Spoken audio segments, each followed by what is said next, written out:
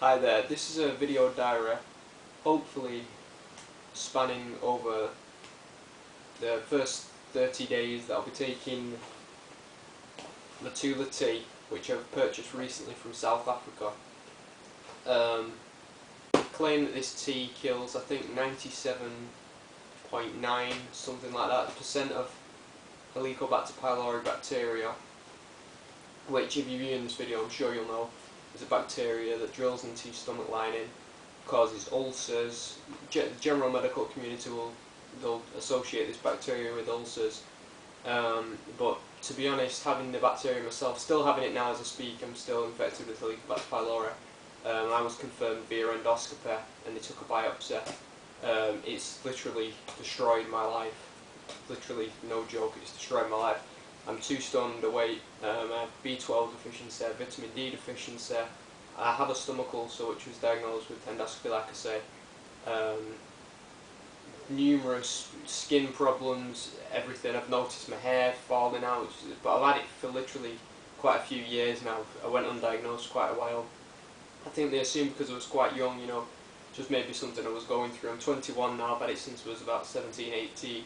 So I'm probably experiencing now some of the long-term side effects. I could have had it longer because my health problems seemed to come on after I took a course of antibiotics, and my gastroenterologist seemed to think I may have been infected with Helicobacter pylori. The antibiotics, which I was taking not as treatment of H. pylori for a different reason, I took the treatment and then suddenly all these symptoms came on, and my doctor seems to be under the impression that the H. pylori may have then, you know, the antibiotics killed a lot of my good bacteria, and the H. pylori had room to literally flourish and take over most of my digestive tract, creating these problems.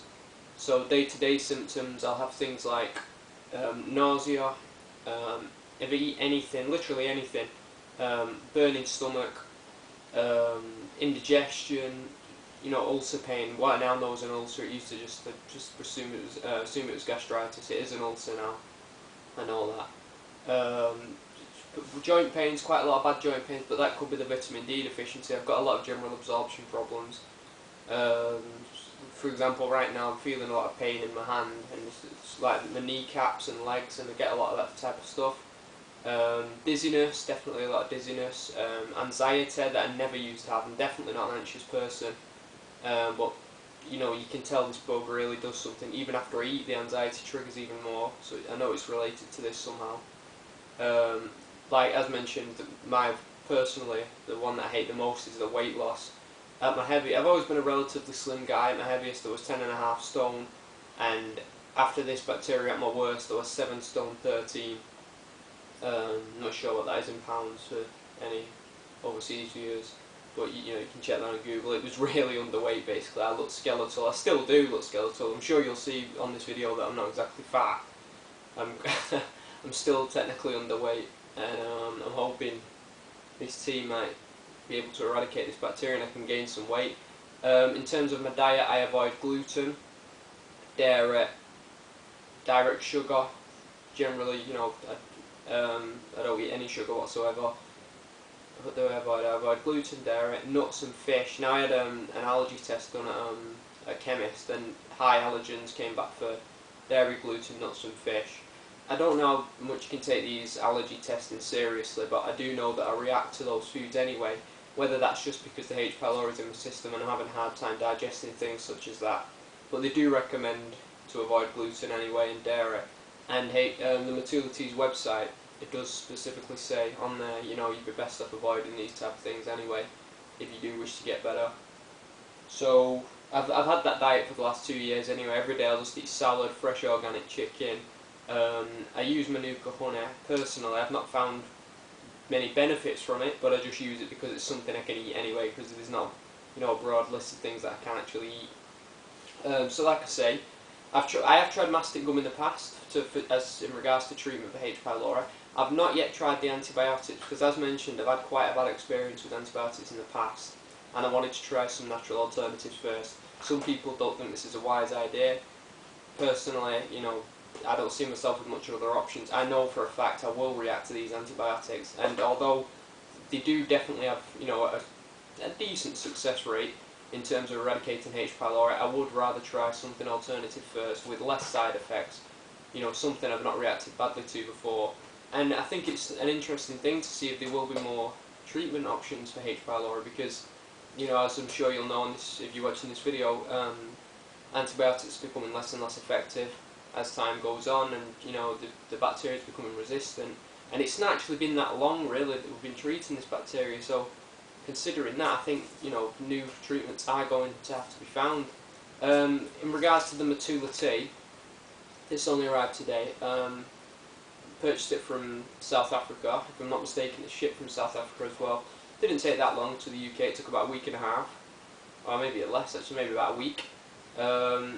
This was quite expensive. I think in pounds it was about £132 delivered. Now, you know, being quite young, it's quite a lot of money to me especially, but if it can actually cure this, so be it. If not, hopefully this video will provide, you know, as a type of, what's the word, like a, you know, something you can use to decide whether it's something that you might want to try.